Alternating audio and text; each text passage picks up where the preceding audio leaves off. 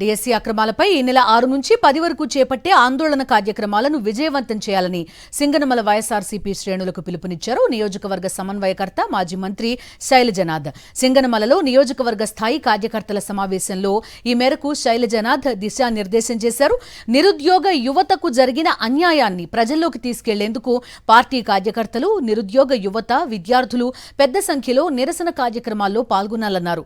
ప్రభుత్వం సమాధానం చెప్పడంతో పాటు బాధ్యులపై కఠిన చర్యలు తీసుకోవాలని డిమాండ్ చేశారు.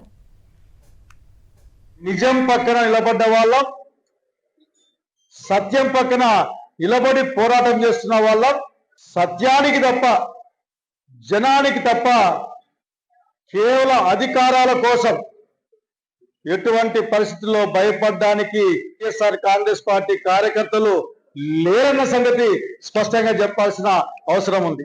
అవసరమైతే మనమే కాక్రోచ్ వేద్దామని చెప్పిన జగన్మోహన్ రెడ్డి నాయకత్వం ఇది భయపడకుండా చిన్న విషయం కాదు. ఇది ఈ రోజున యువతి యువకుల కోసం ఒక పోరుబాటులో ఉన్నాం. మరిన్ని అప్డేట్స్ కోసం ఛానల్ ను సబ్స్క్రైబ్ చేయండి. నోటిఫికేషన్స్ కోసం బెల్ ఐకాన్ పై క్లిక్ చేయండి.